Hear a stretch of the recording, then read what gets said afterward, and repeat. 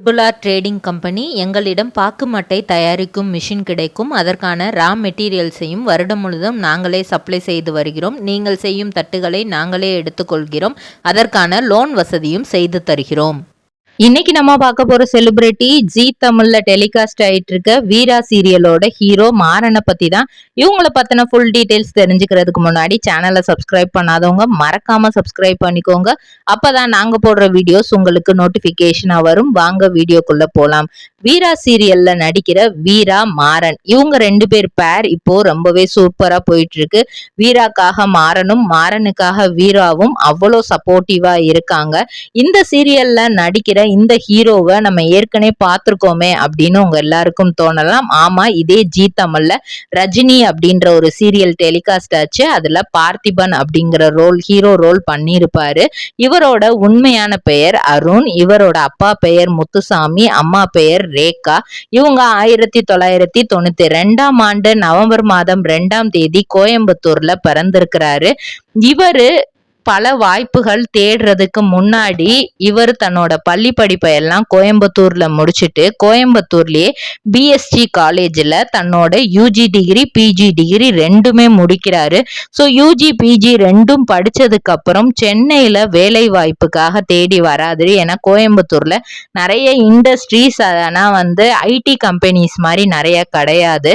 அதனால என்ன பண்றாருன்னா சென்னைக்கு வராரு. சென்னைக்கு வந்ததுக்கு அப்புறம் இங்க நம்ம வெப் சீரிஸ் நடிக்கலாமே அப்படின்னு இவருக்கு திடீர்னு தோணுது. ஆனா வேலைக்காக தான் வந்திருப்பாரு. வீட்டுல வேலைக்கு போறேன், வேலைக்கு ஜாயின் பண்ண போறேன் அப்படின்னு சொல்லிட்டு தான் வந்திருப்பாரு. 2014ல வெப் சீரிஸ் நடிக்க ஆரம்பிச்சாரு. ஆனா ஒரு 2-3 சீரீஸ் அவர் வச்சு எபிசோடு எடுத்துட்டு அதையுமே டெலிகாஸ்ட் பண்ணாம விட்டுட்டாங்க. அதனால ரொம்ப அப்செட் ஆன அவரு, இல்ல நம்ம ஃபேமிலிய நம்ம பார்க்கணும், நம்ம இது வரைக்கும் நம்ம இங்க வந்ததுக்கு அப்புறம் ஃபேமிலிக்குன்னு எந்த அமௌண்ட்டும் அனுப்பல, நம்மளுக்கும் கையில செலவுக்கு சுத்தமா பைசா இல்ல, வெப் சீரிஸ் நடிச்சோம் ஆனா அதுக்கான காசு கூட கிடைக்கல, என்ன பண்றது அப்படின்னு சொல்லிட்டு வேலை தேடுறாரு. உடனேவும் வேலை கிடைக்கல. இருக்கிற ஐடி கம்பெனிஸ் எல்லாம் ஏறி இறங்குறாரு. ஒரு ஐடி கம்பெனில வேலை கிடைக்குது. அதே ஐடி கம்பெனில 4 வருஷம் வேற எதையுமே யோசிக்காம ஃபுல் அண்ட் ஃபுல் ஒர்க் பண்ணி அந்த சம்பளத்தை அவருக்கு செலவு எடுத்தது போக மித்ததை ஃபுல்லா வீட்டுக்கு அனுப்பிச்சு விடுறாரு.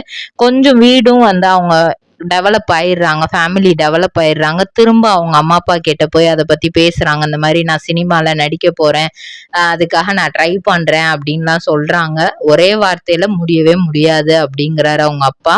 இருந்தாலும் கன்வின்ஸ் பண்ண பொதுவாவே பசங்க எதுவுமே அம்மா கிட்டதான் சொல்லுவாங்க. ஸோ அவங்க அம்மாவை கன்வின்ஸ் பண்ண ட்ரை பண்றாரு. ஆனா அவங்க அம்மா சினிமா அப்படிங்கும் போது இல்லடா வேண்டாம், அதுல பெருசா இந்த மாதிரி ஏற்கனவே நடிச்சவங்களோட பசங்களுக்கு இந்த மாதிரி தாண்டா வாய்ப்பு கிடைக்கும், நம்மள மாதிரி எந்த பேக்ரவுண்டுமே இல்லாம போறவங்களுக்கு வாய்ப்பு எல்லாம் கிடைக்காது, ரொம்ப கஷ்டப்படணும், நீ இப்போ பாக்குற வேலையே நல்லா தானே இருக்கு, அதையே நீ நல்லா பண்ணு, அதுல உனக்கு ப்ரொமோஷன் எல்லாமே வரும், உனக்கு நல்ல லைஃப், நீ செட்டில் ஆயிடலாம் அப்படின்லாம் சொல்றாங்க.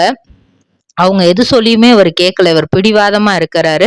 அப்புறம் ஒரு கட்டத்துல அவங்க அப்பா பயங்கரமா திட்டி விட்டுறாரா, நாங்க இத்தனை சொல்றோம் நீ கேட்கவே மாட்ற, எங்களை பத்தி நீ யோசிக்கவே மாட்ற, யோசிக்காதனாலதான் நீ அங்க போய் இந்த மாதிரி நான் நடிக்கணும் இது பண்ணணும்னு சொல்ற, அப்படி நடிக்கணும்னு நீ போய் இது பண்ண அப்படின்னா உன்கிட்ட இருக்கிற காசும் போயிரும், உன்னோட செலவுக்கு கூட உன் கையில காசு இல்லாம போயிரும், அந்த அளவுக்கு நீ நடிக்கிறதுக்கு வாய்ப்பு தேடிட்டே இருக்கணுமே தவிர வாய்ப்பு உன்னை தேடி வரவே செய்யாது அப்படிங்கிற மாதிரி சொல்றாரு.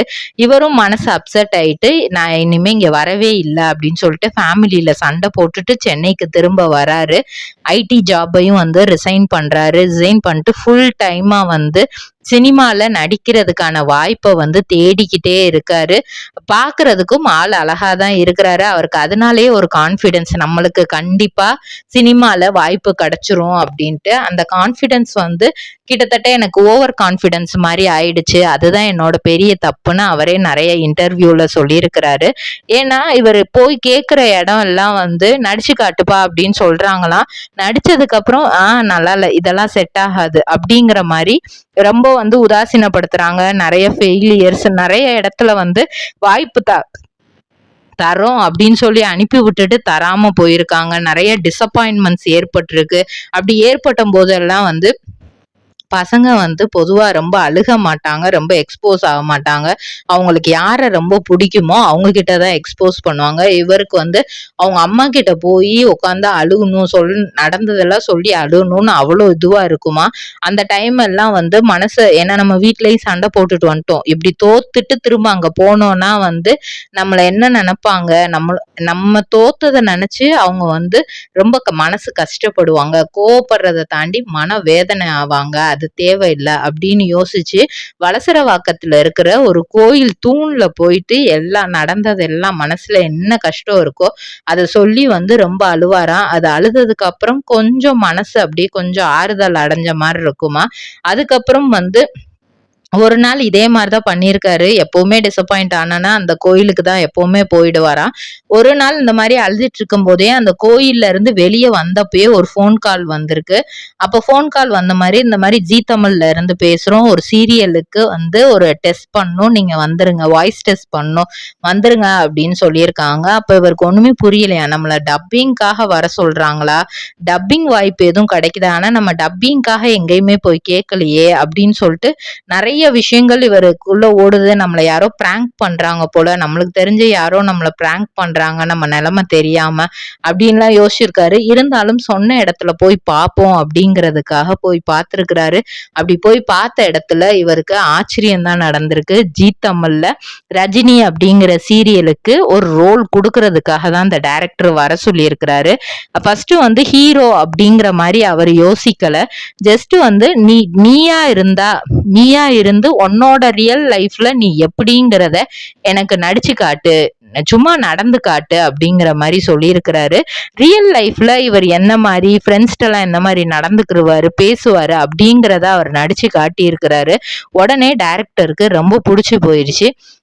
அப்ப இவரு கேக்குறாரு, சார் இப்போ வந்து நீங்க உங்க கதைக்கு என்ன மாதிரி ரோலுக்கு நீங்க என்னை கேட்டிருக்கீங்க, அதை சொல்லுங்க, நான் அதை நடிச்சு காட்டுறேன் அப்படின்னு சொல்லி கேட்டப்போ, இல்லப்பா என் கதையோட ஹீரோவே வந்து நான் இந்த மாதிரி ரோல் தான் நான் யோசிச்சு வச்சிருந்தேன், நீ வந்து அதே மாதிரியே உன்னோட டே டு டே லைஃபே உனக்கு இருக்கு, அதனால நீ இந்த கதைக்கு ஹீரோவாவே நீயே நடி, உன்னை பாக்குறதுக்கும் உன்னோட அப்பியரன்ஸ் எல்லாமே ஓகே தான், நீ அதனால வந்து பெருசாலும் ஒண்ணு இது பண்ண வேணாம், நீ டெய்லி லைஃப்ல எப்படி இருப்பியோ அதே மாதிரி ஆக்ஷன் அப்படின்னு சொன்னோன்னே நீ இருந்தா போதும் அப்படின்னு ரொம்ப யதார்த்தமா அந்த டைரக்டர் சொல்லியிருக்காரு. அந்த டைரக்டர் தான் இவருக்கு எல்லா இடத்துலயும் ரொம்ப சப்போர்ட்டிவாவும் இருந்திருக்காரு. இந்த சீரியல்ல ஹீரோயினா ஸ்ரேயா அவர்கள் நடிச்சிருப்பாங்க. சித்தும் ஸ்ரேயாவும் கலசம் இல்ல திருமணம் அப்படிங்கிற ஒரு சீரியல்ல நடிச்சு அது ரொம்பவே ஃபேமஸ் ஆச்சு. அது மூலியமா தான் ஸ்ரேயா ரொம்ப ஃபேமஸ் ஆனாங்க. அதுக்கப்புறம் அவங்க 2 பேருக்கு இடையில திருமணம் நடந்தது. இதுக்கப்புறம் அந்த ரஜினி சீரியல் நல்லா போயிட்டு இருந்துச்சு. திடீர்னு வந்து டக்குன்னு வந்து அந்த சீரியலே ஸ்டாப் பண்ணிட்டாங்க. யாருமே அதை கொஞ்சம் கூட எதிர்பார்க்கல. ஆனா திடீர்னு வந்து ஒரு சில காரணங்களால ஸ்டாப் ஆயிடுச்சு. பொதுவா வந்து சீரியல்ல ப்ராம்ப்டிங், அதாவது டைலாக வந்து பக்கத்துல இருந்து சொல்ல சொல்ல அப்படியே தான் சொல்லுவாங்க. ஆனா இவரு எனக்கு ப்ராம்ப்டிங்லாம் தேவையே இல்லை, நான் அந்த டைலாக நான் மனப்பாடம் பண்ணியே நானே சொல்றேன் அப்படின்னு சொல்லிட்டு ஒரு டேக்லயே வந்து அதை அப்படியே கரெக்டா சொல்லுவாராம். 3 பேஜா இருந்தா கூட அது அப்படியே அந்த டைலாக கரெக்டா டெலிவர் பண்ணுவாராம். ஜி குடும்ப விருதுகள்ல இருந்து இவருக்கு நிறைய அவார்ட்ஸும் கொடுத்திருக்கிறாங்க. இதுக்கு முன்னாடி இந்த சும்மா இருந்த காலகட்டத்துல இவரு FBல ஒரு ஃபேக் அக்கௌண்ட் கிரியேட் பண்ணி நிறைய மீம்ஸ் எல்லாம் கிரியேட் பண்ணியிருக்காரு. மீம்ஸ் கிரியேட்டராகவும் இருந்திருக்கிறாரு. அதுக்கப்புறம் நிறைய வாய்ப்புகள் அதுக்கப்புறம் தொடர்ந்து வருது. டைட்டில் பார்க்குங்கிற வெப் சீரிஸ்ல நடிக்கிறாரு. அப்புறம் இன்னும் 2 வெப் சீரிஸ்ல நடிக்கிறாரு. விஜய் டிவில இருக்கிற ரியோராஜ் தான் இவருக்கு வந்து ரொம்ப பெஸ்ட் ஃப்ரெண்டா. அவரை சன் டிவில இருக்கும் போதே இவருக்கு தெரிஞ்சிருக்கு. ஆனா அந்த டைம்ல வந்து அவரை படிச்சிட்டு இருந்தனால வந்து பெருசா இங்க வந்து இது பண்ணல. வாய்ப்பு தேடும் போதுதான் ஒரு நாள் வந்து அவர்கிட்ட சொன்னாரா, இது ரொம்ப கஷ்டமா இருக்குடா, இது எல்லாத்தையும் விட்டுட்டு நான் ஃபேமிலி கேட்டு போயிட போறேன் அப்படின்னு சொல்லும் போது அவர் தான் வந்து இவருக்கு சொன்னாரா, நீ வந்து ட்ரை பண்ணு மச்சான், கண்டிப்பா கிடைக்கும், நீ அப்படி சோர்ந்து போகாத அப்படின்னு அவர் தான் கான்ஃபிடன்ஸ் கொடுத்துருக்கிறாரு. அவர் கொடுத்த கான்ஃபிடன்ஸ்ல தான் அடுத்தடுத்து இவர் ட்ரை பண்ணிட்டே இருந்திருக்கிறாரு. பொதுவா வந்து லக்ஷ்மி அவர்கள் எல்லாத்துலயும் நெகட்டிவ் ரோல் தான் நடிப்பாங்க. இதுல வள்ளி அப்படிங்கிற பாசிட்டிவ் ரோல்ல ஹீரோக்கு அத்தையா, ஹீரோக்கு சப்போர்ட்டிவான ஒரு ரோல்ல நடிக்கிறாங்க. இதே மாதிரி இவருக்கு இன்னும் அதிகமான வாய்ப்பு கிடைக்க நம்மளோட பெஸ்ட் விஷயத்தை தெரிவிச்சுக்கிறோம். வீரா மாறனோட பேர் வந்து இன்னும் டெவலப் ஆகிறதுக்கு நம்மளோட விஷஸை தெரியப்படுத்திக்கிறோம். இதே மாதிரி பல செலிபிரிட்டிஸோட பயோகிராஃபி தெரிஞ்சுக்கிற சேனலை மறக்காம சப்ஸ்கிரைப் பண்ணிக்கோங்க.